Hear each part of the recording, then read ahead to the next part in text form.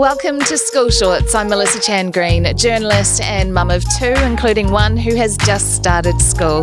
And this episode covers some must-know stuff for parents of beginning readers. So many schools are holding these kinds of parent information sessions, so I definitely encourage you to get along to those because that's going to tell you the specific resources that are being used in those schools. But I hope that this is helpful information in addition to what your teachers are already sending home.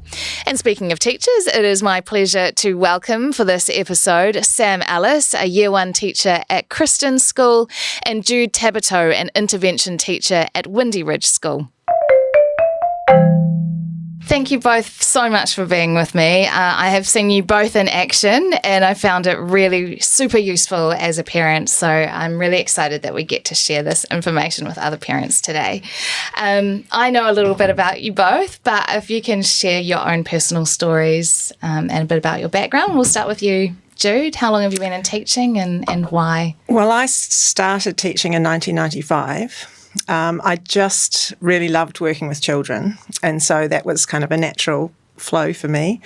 I particularly was interested, I just loved the pure joy, the simple joy that children have, and I wanted to kind of be part of that. So I went to Palmerston North Training College, moved back to my hometown of New Plymouth, taught there for 2 years, moved up to Auckland, taught at Balmoral School, and then, I trained as a reading recovery teacher when I was at Balmoral School. When I started in New Plymouth, I had some really great mentor teachers, very experienced people, because back in those days, teaching jobs were hard to come by because teachers stayed in the profession. God, things have changed, haven't they? Oh, yeah, they certainly have. So I did a bit of a stint, 4 years in the UK, and then came back to teach at Balmoral School again before having my twin girls and becoming a stay-at-home mum and getting stuck into the foundational sort of learning that little kids have and seeing them go through their milestones. And I kind of got back into work through working with Auckland Transport on TravelWise program behaviour change, which has kind of enhanced my teaching practice because it was all around a whole school approach, using data to inform practice. And so I've kind of interwoven that into my teaching as I came back into teaching. Interesting. But it was quite interesting to have that break and seeing how schools and children had changed over the course of time. Society's changed. And the information we know too, right? Yeah. A lot has changed in terms of the research that's out there now too. Yeah, and I think that's what made me kind of investigate structured literacy approaches because I just found that children were needing more than they needed previously. Right. Sam, is there anything that resonates with you? Tell us about your journey. Well, I come from a family of educators, so ending up as a teacher was something that I was probably always going to end up doing. You were destined. Yeah, I was destined to become a teacher. But I've been teaching for about 20 years now. I've worked from early childhood through to year 2, so definitely the junior years is where my passion lies. But year 1 for me is that's where I love teaching, mostly because they come in and there's just so much growth within that first year and you can really make a really big impact on them. And they're just so curious. They come in with this natural curiosity. They're really excited to learn and that just really ignites my passion as a teacher. Yeah, and so much of that confidence is built then too, right? And interest. And seeing themselves as a learner, it's a really important foundation time for them. Yeah. And then throughout my time as a teacher, I then stepped into the position as a English coordinator at my school. And it was then I realised that not only did I enjoy teaching students, I actually quite enjoyed working with teachers as well and watching, going out and researching and finding out the best practice that's happening around the world and then bringing it back to my school and then working alongside teachers to deliver that within their classrooms. I found I was able to have a bigger ripple effect and reach more children that way. Interesting. Yeah. And this is something that I am really finding out about the teaching profession is how much upskilling and training and professional development goes alongside it. And I think that that's something that's really important for parents to understand too, that there is a lot of research-based information that's coming into the classrooms and the skill that is involved in doing that. Yeah. And that's something I know you're particularly interested in, both of you. Absolutely. Yeah. Okay, so then since you've been looking at a structured approach, I know different words that different people call it, but let's say structured approach to teaching literacy. Sam, what impact have you seen in terms of the response from children to that way of teaching? Well, I was quite fortunate. The school that I work in, it's an IB school, so we have been following our own curriculum, so we weren't bound by the New Zealand curriculum previously. But there was a colleague who kind of came to me and we decided discussing the structured approach to literacy a while back, and I guess started doing a bit more research myself, listening to podcasts, and the more information I found out about this approach, the more I kind of thought, hang on, why is this not being spoken about more? Why is this not something that is, prevalent in all schools? Because I've got children who don't go to my current school, they go to a different public school. And so I then reached out to Liz Kane, who at the time was kind of one of the pioneers in the industry, and she just said, this is the way forward, this is what you've got to do, these are the resources that you need to kind of go out and purchase. And my school was really on board, we jumped on board, and I started within my classroom. And I guess I've always had good results within my classroom, but there was always a couple of children I really struggled to, I guess, just move or progress. And so I clearly remember I incorporated a scope and sequence into my classroom. We were using the scope and sequence to teach letter to sound correspondences and those heart words. And there was a particular child, she'd learnt the first 8 sounds, and previously she had struggled with non-decodable books. And I put the book in front of her and she kind of looked up at me thinking, oh gosh, this is not this again, this is going to be hard. And she started to read, and she looked at me and she said, Mrs. Allis, I'm reading. And she was just I've got so excited. And I guess from that point, it was just, this was the only way forward for me. So I then made sure it was within my classroom. It was kind of rolled out throughout the school. And I guess what it's done is it's brought real equity into the classroom, because it's allowed all children to access the written and reading code. It extends the children who before were excelling using the whole language approach, but now it's ensuring they are almost being extended. And then you've got the children who previously before were struggling, now being taught in a way that follows the science of learning, and it's having a really great impact on them as well. That's interesting, Jude, because, a lot of the talk around the structured approaches, it benefits all. Every child can benefit from this. But there's some of the criticism has been, is it really helping those who are kind of natural readers or can do more implicit reading? But what has your experience been in a structured approach and how it impacts all children within a class? In my particular school, we work quite collaboratively. So we do, and we started our journey. We had Carla McNeil and Learning Matters. We were a consultant. We had consultants coming in and working with us, so coaching and mentoring. And we use the Ideal platform at our school. So they started with spelling. So we cross-grouped for spelling, and I took on the learners who struggled, and I did that for a couple of years, and just seeing how just the scope and sequence, so that what you're teaching and the pace at which you're teaching it, you just really solidify that learning with the children, and then as you move up the scope and sequence, so just kind of repeating the same sort of skills that you've taught them, but they've got more letters to work with and more phonemes and graphemes, the sounds and the way those letters are represented. So I did that for a couple of years. So I got to see how effective it was for them. And then in the third year, I took on the higher learners. And it was really interesting to see that even though we had a scope and sequence, because I'd been on the journey for long enough and had done a lot of learning myself, that I knew that I could take them at a quicker pace through the scope and sequence. Right, yeah. And having the flexibility to do that and not feel, and use your own teacher judgment, not feel that you have to sort of stick to, you just follow what your learners are doing, progressing them through as fast as they can go, but as slow as they need. And we'll talk a bit about scope and sequence as we look at some of the books and that sort of thing, because for some parents that's kind of a foreign term. What is a scope and sequence?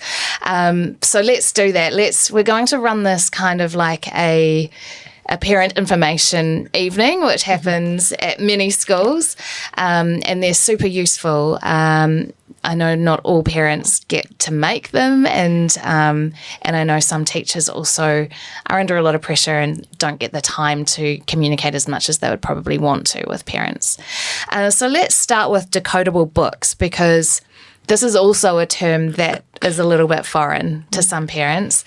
So Sam, can you just start by taking us through what a decodable book is? So a decodable book basically is where the text is controlled to only contain the letter sounds correspondences that have been explicitly taught within the classroom, as well as some explicitly taught heart words as well. So it's kind of like a practice tool as the child is becoming, I guess, moving through that scope and sequence. So you would just start, there's just a certain group of letters you start with, right? Yeah. You don't actually kind of teach sounds for the whole alphabet to start with. No, so it's a really good point. So with the scope and sequence, the scope is, I guess, what you are teaching, and the sequence is what is the order you're going to be teaching it in. But the sounds that are, I guess, taught, they're done in a very, what's the word? Kind of deliberate way. And so there's normally about 8 that are introduced to begin with. And then once the child has mastered those 8 sounds, that is when that first decodable text comes home. And so the book would just be using those first 8 sounds. Yeah. So it's all cumulative, so it's building on the past sounds that they previously learnt. And then as they progress through the scope and sequence, they're learning new sounds and they're going back and they're revising those past sounds as well. But before, I mean, there's a lot happening in the classroom before that first book comes home, because I know that this does vary from if you've got older children, what's happened before. The parents are quite nervous that, the first few weeks there's not a book coming home. What's happening in the classroom? But the teacher is deliberately teaching these sounds, and they're practicing them at sound level, and they're practicing them within words once they've got enough of those sounds to make those words, and then at sentence level. And then you see that decodable kind of book come home as like a real good practice tool. So when you see a book come home, it's because they have learnt the sounds in that book and they're ready to start reading at a book level. Absolutely. And so again, that's where you need to really trust your child's teacher, because that's where their experience is coming in. Some children do move quicker through the scope and sequence, where some might need a bit more repetition, because once they pick up this book, you really want them to be successful. It shouldn't be hard for them. They should be able to open the book and really be lifting those words off the page. So that's probably different to something that's previously happened, or parents might have seen the book coming home and children really struggling through that book. Yeah. So you're holding a particular book, because we've got a number out on the table in front of us. Can you just explain maybe some of the features of this particular book? So this here is a Little Learners Love Literacy book. Now this is one I'm really familiar with, because it's one I use within my school, and I really like the resources that go alongside with it. But basically at the back of the book here, and this is the same with most decodable texts, what you'll find is that it's got the letter sounds that have been previously taught at school. So as a parent, this is a great way to come to the back of the book and see what's happening in class. And you can get your child to kind of point along and say the sounds with you. You can even be, as a parent, saying the sounds, and you can get the children to write them. This is, I really want to reiterate, it's not about the letters. So we're not getting them to say the letters. It's all about the sounds. So it's not M, it's M. It's and it's not S. It's the letter names do come at some stage, but to begin with, we're really getting to focus on the sound, because some children can handle knowing both the sound and the letter, but in the beginning, this is really new for our learners who really want to focus on these are the sounds. Right. You can also see up the top we've got some heart words as well. So these are heart words that have been explicitly taught, and I'll go into that in a bit later. Yeah, so we'll again, talk a bit more that as a parent, these are things that you can be getting your child to learn as a warm-up before you start. And again, they can be writing them, so you can be reading them as a parent, and the child can be practice writing them as well. And then at the back of the book here, most decodable texts have decodable words. Now, these decodable words contain the sounds that your child has previously learnt and the new sound that your child needs to be practicing. And so as a parent, again, you can get your child to be reading up and down these as kind of a warm-up. You can be looking at the vocabulary, discussing what the words mean. If you are a parent who is an English second language speaker and you're not too sure what some of these words mean, because they are, you will find decodable words. They can be words that aren't in everyday vocabulary. Most books do have a vocabulary check for you to kind of go yourself and double check what it actually means. Yeah, that's useful. So that's another great place to start as a parent. This is kind of the build. You kind of go from your sounds and you're kind of looking at your words, and then you can kind of go to the text. Okay, so actually maybe starting at the back of the book is a good idea. Absolutely. And I mean, there's lots of fun ways that you can be using this. So as a parent myself, what I've previously done is I've read these out to my child, they've written them down, and then I've read them again and they've written them twice, and we've made almost like a memory match game. So we've turned them all upside down on the table, and the child is picking it up, reading it out, picking another one up, reading it out as well. And then if it doesn't match, turning it over. So there's lots of ways you can use this tool without just having to read it. And it's not just the book then. Yeah, absolutely. Jude, you mentioned that you'd worked with some other books like Ideal and Sunshine, and we've got some examples of them too in front of us. Are they going to be different? Because I should also mention a lot of schools get these ready-to-read phonics books from the government because they are free resources for schools. That's right. So parents might notice that there's a difference between books, but are they the same in some way? So every different series, so like the Sunshine book here and the Phonics Plus books and the Ideal books, they are all similar in the fact that they have a scope and sequence that they follow. So they have a series of letters that are contained within that book that the children will learn how to say the sound of, learn how to read those sounds, and then blend them together to form words. Right. So that's the similarity. Because at my particular school we have a range of texts, we have chosen a scope and sequence, and we have arranged the books according to that scope and sequence, so that we are just using the books in that sort of deliberate order. Yeah, so you know that whatever book is being read in class and going home relate to the letters that they are learning, or the sounds rather that they are learning at that time. Yeah. I did bring along, and I know you have some too, just some examples of books that may have been used under the previous approach. And can you just help explain, Jude, why they are different and how you would recognise that they are different? Just as an example, and I'm not kind of using this as to pick on any particular book or anything like that, but if I can read 2 pages from this one, it says, elephant is going to the river, zebra is going to the river, and it continues on. Why wouldn't we see these kinds of books going home at the moment? Because in the past, the repetition of the particular sentence structure was what supported the children in the reading process, or what we thought was the reading process. But as you notice, like the words elephant and zebra, there are really complex spelling patterns in that the children won't have been taught. So what it actually prompted was for children to look at the picture to get the clue. So for instance, elephant is going to the river. They'd look and see the picture of the elephant, so they're taking their eyes off the print, looking at the picture, saying the word, and then memorising the structure of the rest of the sentence. So elephant is going to the river. Look at the picture. Zebra is going to the river. Because, you're not going to teach PH makes a F sound right at the beginning of a child's reading journey. Because generally it's consonants, just single consonants and short vowels that we start with in a scope and sequence. Right. Okay. 2 letters, 1 sound, like PH comes much later. And I think that brings us to another really important part. So when we're teaching children to read now, we're ensuring that, and especially as a parent, that their eyes stay on the text. So finger pointing in those initial stages of reading is really encouraged, because that way we're making sure that as a child's reading that they are not omitting any words and they're not inserting any extra sounds as well. So that's something that's quite important. So if you, as a parent, you might be like, oh no, they're using their fingers, it's a bad thing. No, it's a fantastic thing, because it means their eyes are on the text. Right. Yeah. And one thing I think I may have said this before, but one thing I realised early on too is that I would have initially thought it was a good idea to go along to the library, or to, go wherever you can get some books and get some of these decodable books to read at home. But I realised if I was doing that, I was going to run the risk that my children might read a book that they then have in class, and they would have memorised the book, and then so it would have been much harder to tell whether they were reading off the page or whether they were reading from memory.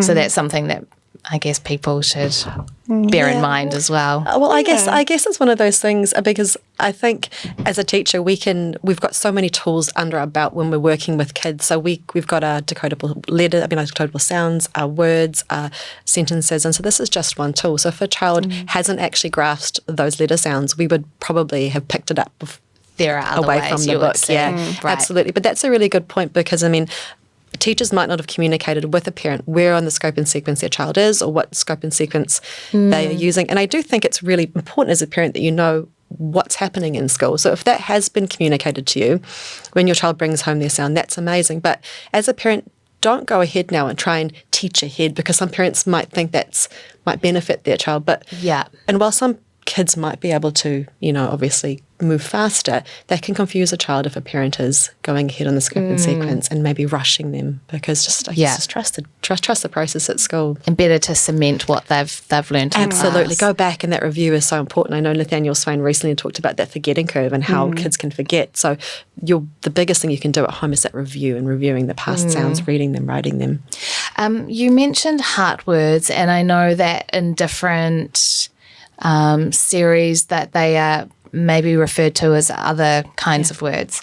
Can you explain what they are and how do they differ from what previously we might have heard things like sight words or kind of, memorizing lists of words that are frequently used? How is it different? So most scopes and sequences actually have heart words which run alongside them, and that's as they are introduced within the texts that are going home, or I guess when a child needs them to start writing as well. So it's been quite carefully thought out.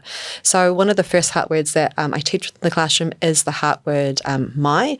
So the heart word my, it doesn't have an irregular spelling pattern. By irregular spelling pattern, I mean one that doesn't match up with a spelling pattern that we teach on the scope and sequence, but it's a spelling pattern which we haven't explicitly taught yet because it's further down the scope and sequence. But the child needs that word my quite early on because children like to write about themselves.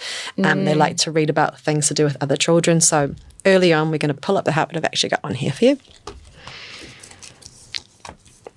So here we go. We've got heart word here. And this one, we've got my. And so when we're teaching this to a child, we're going to point out the part to them that is familiar. So we're always trying to attach new knowledge to a piece of knowledge they already have. So with this one, I might say, this one, it says but in this word over here, the Y is actually saying an I sound. And then together we'd say I, my. And sometimes we'll give them a little hook like I, spell the I with the Y, like anything to kind of hook a child on early.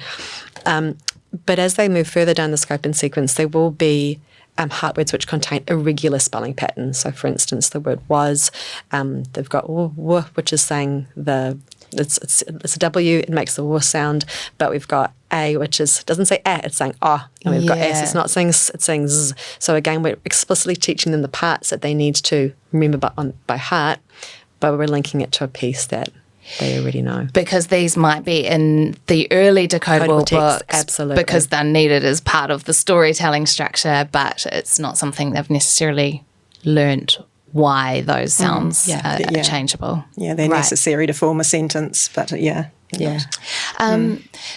not just decodable books that you're reading in class, obviously, with the children, and at home we know it's super important to be reading with our children as well. So this is sometimes referred to as authentic texts. Jude, can you explain, what authentic texts are and the purpose of them as well? So, for instance, the authentic types of texts that children will be bringing home when they're starting to transition from decodable to texts that are not constrained by certain sounds, so they'll get a mixture. They're just really important to introduce new vocab, different types of genre. So you've got your non-fiction and fiction texts. Just getting children into the real beautiful kind of books with really wonderful language, enriching their vocab, just so that they can be exposed to what they'll find out in the real world, library books. I mean, these books here, these are what we call rich texts, carefully selected books by the teacher to share to the children, pulling out the wonderful vocabulary. It introduces really cool sentence structures, literary devices. So because our children will be reading decodable books, in the early years, the language won't be as rich, but we're still wanting them to expose them to this, so that we can talk about, comprehension in a lot more detail. And it's also great for children who struggle with reading to still be exposed to beautiful language books. Because, for example, just looking at one of the ready-to-read phonics decodable books, it's saying, tap the map, I am not at the top, to the top. And so you're saying these books are really great because they've learnt those spelling patterns, and that's going to give them the confidence of feeling like a reader. But that actually you need to listen to the book that you held up, Joe and the Stars, to hear those kind of quite rich, vocab-heavy sentences as well, in terms of extending their reading ability. And the non-fiction books for teaching across the curriculum too is really, really important. So teaching things about animals and science. Real knowledge building, isn't it? Because it kind of then links in with their reading and their writing. Because what most schools are doing now is you've got your shared class text, which you kind of run with throughout the week, and it's normally aimed slightly higher than ability-wise, and you're kind of rereading that as a class, and you're pulling out, as you say, those really rich vocabulary words, and you're building that knowledge.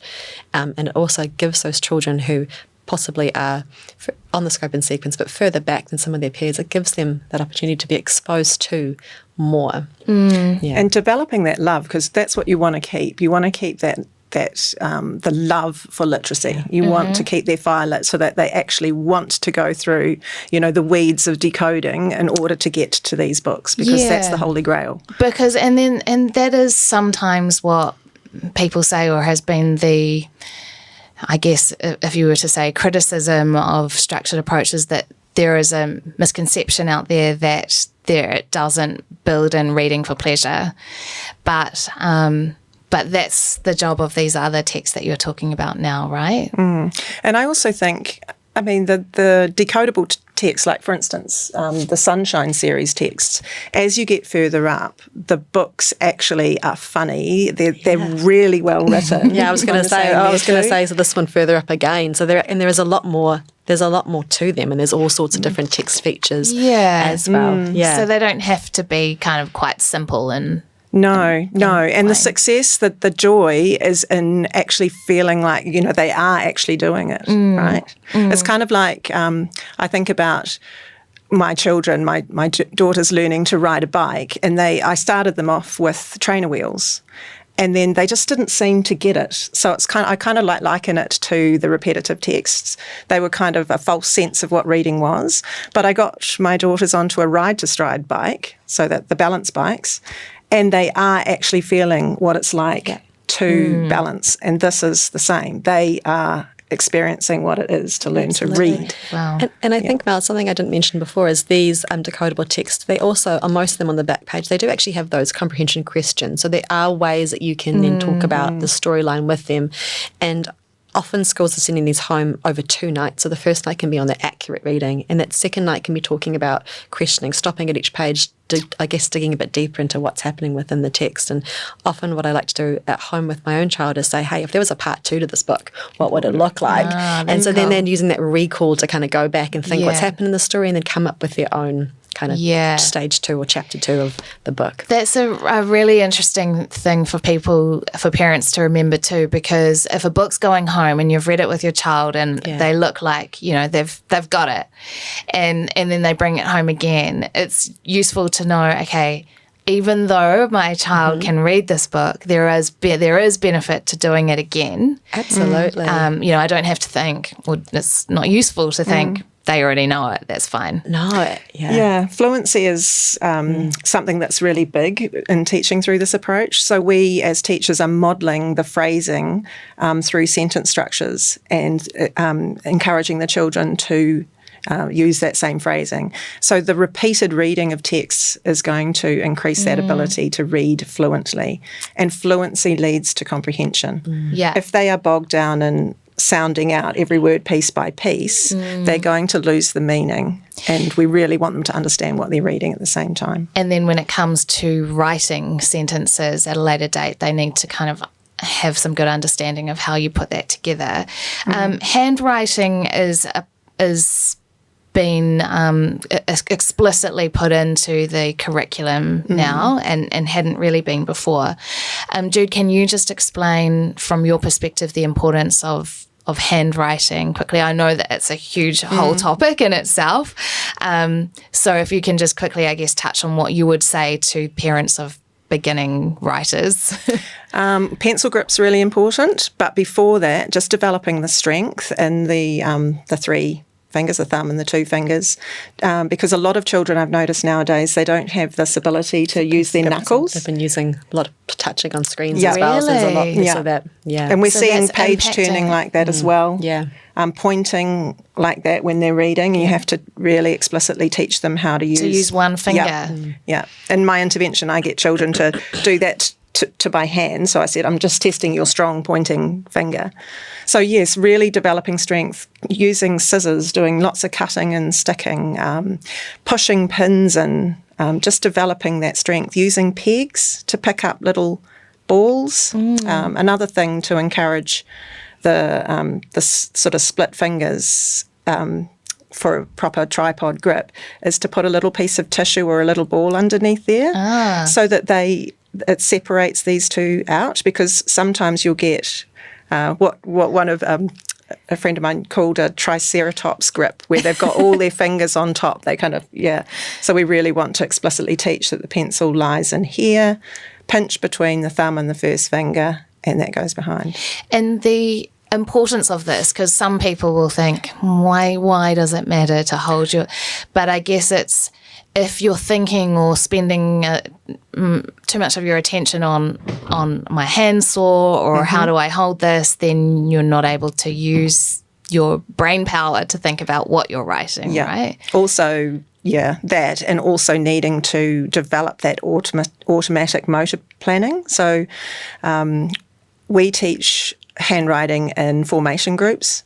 So for instance, if you teach a child how to do a C, so they're starting in the lowercase letters first generally, starting a C in the middle between 2 lines, and we actually don't use any dotted lines or any skygrass ground at our school, because we've realised that for some children that's cognitive overload, which is where there's too much information and they can't tie it down. So so C and then O and then A, D, G, so doing it in groups so that they get to develop that automaticity, because then that lifts them to be able to spell words easily, because they can form the letters easily. If they're labouring over it, they're not going to remember the sounds quite the same. And so there's kind of 2 purposes.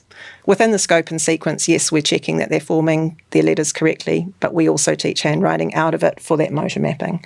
I think it's an interesting point too that you raised there, though, about the way in which your school does it, that other schools might do it differently, which is that for anybody watching or listening to this, it is, even though this is really useful as a general guideline, it's really important to talk to your child's school and find out how they are doing things specifically, right? Absolutely. And I also think, Mel, something that's quite important is not overlooking, so obviously your fine motor strength is important, but also your gross motor strength as well. So often children we're seeing coming to the classroom don't have much core strength. And so when they're sitting in a chair, they're actually flopping down or they're falling to the side. So really getting out with your child, getting to the playground, doing monkey bars, doing a lot more of that outdoors activities, because that will actually lead to better handwriting as well. And something that can't be said enough is when you're teaching a child to, I guess, write their name, you can have uppercase to start off with, but let's stick to lowercase as often as possible, because so often we have children come into the classroom and they are writing all uppercase letters, and it's really hard to undo a lot of these things. Yeah. I feel like my 2-year-old is just starting on the monkey bars, and so I was trying to show her the other day. I realised I couldn't do the monkey bars anymore, then I'm thinking about my own posture sitting here, and I think actually there's some things that I should go back to trying to do for my own development. Thank you so much. I think this is really useful. Are there any final words that you would give as advice to parents for children who are beginning to read or who are on this kind of early learning journey? Just any final words? I think you touched on it before about oral language. I think oral language is such a huge foundation to all of this that we've spoken about today. So it's just really talking to your child, really that breadth and that width of their vocabulary, and just getting them to really talk in proper sentences as well, because that will then lead to, when they're going to do their writing, that it makes sense and they're saying the sounds in their mouth right as well. So if your child's saying f instead of f, making sure they're not saying the, they're saying the. Really simple things like that. Yeah. And it's okay to correct. And in fact, doing it respectfully, correcting is the right thing to do, rather than letting mispronunciation of a sound continue or formation of a letter. And that serve and volley conversation, because in today's age we're very time poor. So a lot of the conversations that might happen at home, and I'm guilty of that through my parenting at times, you just receiving one word answers and that doesn't help children to develop that. Extending their knowledge and their vocabulary. And I think just celebrating as well, like getting really excited when they bring a sound home or a book home, being really excited about it and just encouraging them, because it is so much of what happens in a child's journey is the support they get from home. And if you bring a book home and you say, oh, you've read this before, they're going to instantly shut down. So it's just being excited with them. And I think about my children bringing books from their little library in their bedroom out to read, and it was generally the same ones over and over that they loved. So they're kind of already into that pattern. I try so hard, but there are particular books that come out and it's like, oh, this one again. I'm not going to show that I don't want to read it, but it is hard sometimes. Just getting children to really love new words and to ask if they don't understand it. If you're reading them a story, really encourage that habit of asking, what does that mean? Because that's just developing that seeking knowledge. It's all going to help. Yeah, amazing. Thank you. This has been super useful. Every time I hear from you both, I learn new things. So I really appreciate your time. Thank you very much for coming along, Jude and Sam. Thank you. Thanks so much for tuning in today. If that topic was helpful for you and you'd like to hear more, please do like and subscribe. It sends me that feedback. School Shorts is all about supporting busy parents who want their children to thrive. Follow on social at School Shorts NZ for fun ideas, helpful resources, and exclusive giveaways.